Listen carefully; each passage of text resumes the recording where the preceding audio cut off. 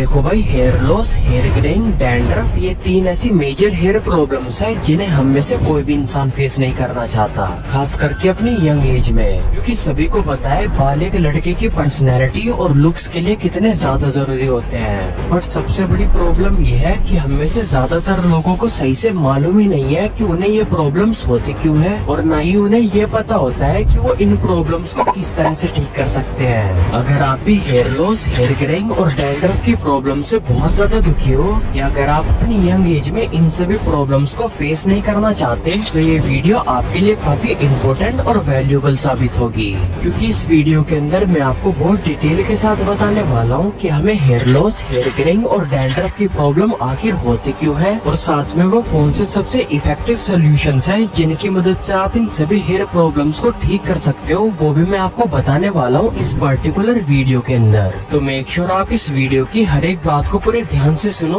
और वीडियो को पूरा एंड तक देखो। तो भाई, उन सभी हेयर प्रॉब्लम्स को डिस्कस करने से पहले ये जानते हैं कि आपको अपने बालों को हेल्दी रखने के लिए ऐसी कौन कौन सी बेसिक चीजों को फॉलो करना चाहिए जिससे फ्यूचर में आपको हेयर से रिलेटेड किसी भी तरह की प्रॉब्लम का सामना न करना पड़े। तो इसके लिए सबसे पहली चीज जो आपको फॉलो करनी है वो है अपने बालों को एक बेसिक हेयर केयर ट्रीटमेंट की मदद से मेंटेन करके रखना। मतलब कि एक बेसिक हेयर केयर रूटीन जिसमें आप अपने बालों की स्कैल्प को मसाज देते हो और साथ में अपने बालों की प्रॉपर क्लीनिंग करते हो। ये दोनों चीज बहुत जरूरी होती है हमारे बालों की हेल्थ और मेंटेनेंस के लिए, जिसमें आपको ज्यादा कुछ नहीं, बस पहले अपने बालों की स्कैल्प की अच्छे से मसाज करनी है, जिसके लिए आप किसी हेयर ऑयल का यूज कर सकते हो। मैं आपको पर्सनली कोकोनट ऑयल और मस्टर्ड ऑयल सजेस्ट करूंगा यूज करने के लिए। आपको बेसिकली एक बर्तन में ऑयल को हल्का सा गर्म करना है, फिर उससे अपने बालों की स्कैल्प पर अपने दोनों हाथों की फिंगर से जेंटली मसाज करना है 5 से 10 मिनट तक। स्कैल्प को मसाज बेसिकली इसलिए दी जाती है ताकि आपकी स्कैल्प पर ब्लड सर्कुलेशन इंप्रूव हो सके और आपके हेयर फॉलिकल्स को वो इसेंशियल न्यूट्रिएंट्स मिल सके जिनकी आपके बालों को सबसे ज्यादा जरूरत होती है। मसाज के बाद आपको अपने बालों की प्रॉपर क्लीनिंग करनी है, जिसके लिए आपको एक अच्छे से केमिकल फ्री शैम्पू का यूज करना है जिसके अंदर ये सभी केमिकल्स ना हो।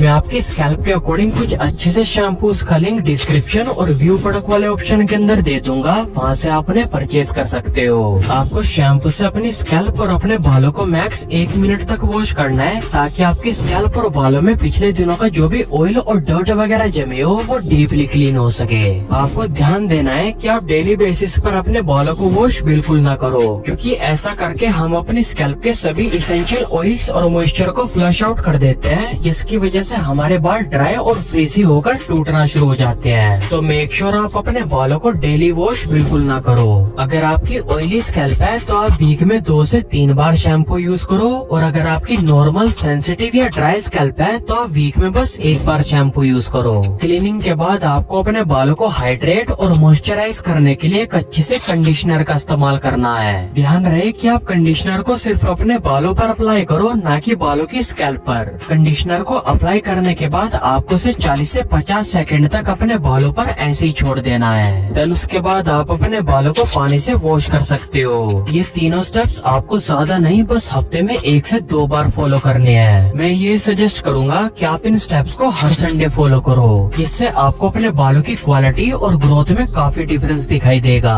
दूसरी और सबसे जरूरी चीज जो आपके बालों की हेल्थ में सिग्निफिकेंट रोल प्ले करती है वो है एक वेल बैलेंस डाइट। अगर आप अपने घर पर बनी हुई दाल, सब्जी और रोटी चावल को खाकर ये सोचते हो कि आप रोज कंप्लीट न्यूट्रिशन वाली एक बैलेंस डाइट को कंज्यूम कर रहे हो, तो आप बिल्कुल गलत हो। क्योंकि मल्टीपल स्टडीज में ये देखा गया है कि जो हमारी इंडियन डाइट होती है उसमें वो सभी इसेंशियल न्यूट्रिएंट्स बहुत कम क्वांटिटी में अवेलेबल होते हैं जो हमारे बालों की हेल्थ के लिए सबसे ज्यादा जरूरी होते हैं, जैसे iron, vitamin B12, vitamin E और विटामिन A। इसके अलावा हमारी इंडियन डाइट प्रोटीन, बायोटिन यानी कि विटामिन B7, ओमेगा 3 और जिंक जैसे क्रूशियल हेयर न्यूट्रिएंट्स के मामले में भी बहुत ज्यादा लैक करती है, जिसकी वजह से हमारे बालों की हेल्थ पर बहुत नेगेटिव असर पड़ता है। तो इसीलिए आपको मेक श्योर करना है कि आप अपने डाइट के साथ कुछ ऐसे फूड आइटम्स को भी जरूर से इंक्लूड करो जिससे आपको सफिशिएंट क्वांटिटी में वो सभी इसेंशियल न्यूट्रिएंट्स मिल सके जिसकी आपके बालों को और आपकी बॉडी को एक्चुअल में नीड होती है। अब वो कौन से फूड आइटम्स हैं जिन्हें आप अपनी डाइट में इंक्लूड कर सकते हो, तो वो है पनीर, अंडे, सभी तरह के नट्स, पालक, सोयाबीन, पंपकिन सीड्स और सभी तरह की दालें और राजमा वगैरह। इन सभी चीजों से आपको सफिशिएंट क्वांटिटी में बायोटिन, फैट्स, प्रोटीन, जिंक और वो सभी इसेंशियल न्यूट्रिएंट्स मिलेंगे जो हमारे बालों को हेल्दी रखने में मदद करते हैं। अगर आप इन सभी चीजों को रोज रोज नहीं खा सकते तो आप एक अच्छे से मल्टीविटामिन सप्लीमेंट का भी यूज कर सकते हो, जिसका लिंक मैं आपको डिस्क्रिप्शन और व्यू प्रोडक्ट वाले ऑप्शन के अंदर दे दूंगा, वहाँ से आप उसे बाय कर सकते हो। तीसरी चीज आपको ये फॉलो करनी है कि एक तो आप एक्सेसिव हीट को अवॉइड करो और दूसरा आप कम हेयर स्टाइलिंग प्रोडक्ट्स का यूज करो। देखो भाई, ये चीज मैं भी मानता हूँ कि सनलाइट विटामिन डी का काफी अच्छा सोर्स होता है जो बालों के साथ साथ हमारी ओवरऑल बॉडी के लिए भी काफी फायदेमंद होता है। आप बेशक अपने बालों की हेल्थ के लिए सनबाथ ले सकते हो, बट मेक श्योर आप सुबह 9 बजे के बाद और शाम को 4 बजे से पहले की सनलाइट को बिल्कुल अवॉइड करो, क्योंकि उस टाइम की धूप बहुत ज्यादा हार्श होती है जिसकी वजह से हमारे बाल बहुत सीरियस तरीके से डैमेज होते हैं। इसीलिए आप इस पर्टिकुलर टाइम पर बाहर जाते टाइम एक कैप का जरूर से इस्तेमाल किया करो। इसके अलावा अगर आप अपने बालों को सुखाने के लिए और उन्हें स्टाइल करने के लिए हेयर ड्रायर का यूज करते हो तो उसे भी आपको बहुत ही कम यूज करना है, क्योंकि हेयर ड्रायर की जो हीट होती है वो हमारे बालों के फॉलिकल्स को बहुत कमजोर कर देती है, जिसकी वजह से हमें हेयर फॉल का सामना करना पड़ता है। इसीलिए आप हेयर ड्रायर को जितना कम यूज करोगे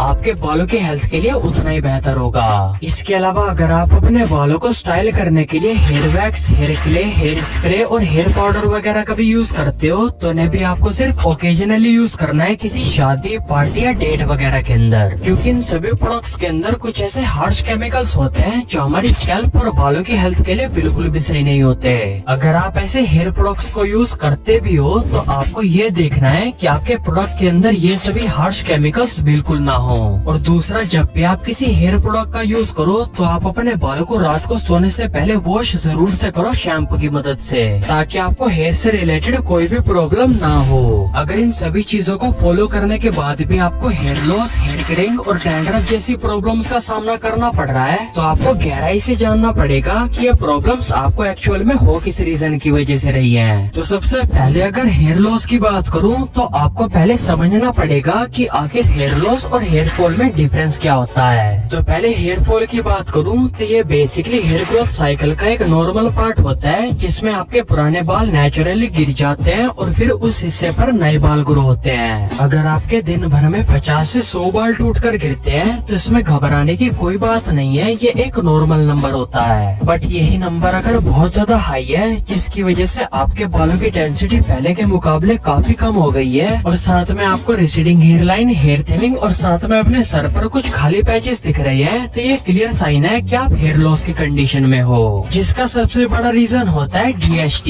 यानी डिहाइड्रोटेस्टोस्टेरोन। ये बेसिकली एक ऐसा मेल हार्मोन होता है जो कि हमारी बॉडी में टेस्टोस्टेरोन से प्रोड्यूस होता है, और जब ये हमारी बॉडी में नॉर्मल से ज्यादा प्रोड्यूस होने लगता है तो ये हमारे हेयर फॉलिकल्स को श्रिंक कर देता है, जिसकी वजह से उस हिस्से पर ब्लड का फ्लो डिक्रीज हो जाता है। फिर इसी वजह से पहले हमें हेयर थिनिंग होती है और फिर हेयर थिनिंग के बाद हेयर फॉल होता है। ऐसे ही ओवर द टाइम DHT हमारे हेयर फॉलिकल्स को बिल्कुल डेड कर देता है, जिससे फिर हम बिल्कुल गंजे हो जाते हैं। अब देखो, DHT आपकी बॉडी में जेनेटिकली भी बढ़ सकता है और इसके अलावा ये आपकी बॉडी में बिना जेनेटिकली भी बढ़ सकता है। दोनों ही कंडीशंस में DHT ही सबसे बड़ा रीजन होता है हेयर लॉस का, जिसको बेसिकली 7 स्टेजेस में डिवाइड किया जाता है। अगर आप हेयर लॉस की इन आखिरी 3 स्टेजेस में हो तो इस कंडीशन में आप कुछ भी नहीं कर सकते, क्योंकि इन स्टेजेस में हमारे हेयर फॉलिकल्स बिल्कुल डेड हो जाते हैं, जिन्हें फिर से एक्टिव करना बिल्कुल इम्पॉसिबल होता है। आपके लिए सबसे बेस्ट होगा कि आप इस कंडीशन में ये 3 चीजें ट्राई करो, जिसमें पहले तो आप हेयर ट्रांसप्लांट करवा सकते हो, दूसरा आप अपने हेड को शेव करके अपनी फिजिक को इम्प्रूव कर सकते हो, और तीसरा आप सेलिब्रिटीज जैसे कपिल शर्मा और रणबीर कपूर की तरह हेयर पैच यानी कि एक विग का इस्तेमाल कर सकते हो। अब इसके अलावा अगर आप हेयर लॉस की पहली, दूसरी, तीसरी या चौथी स्टेज में हो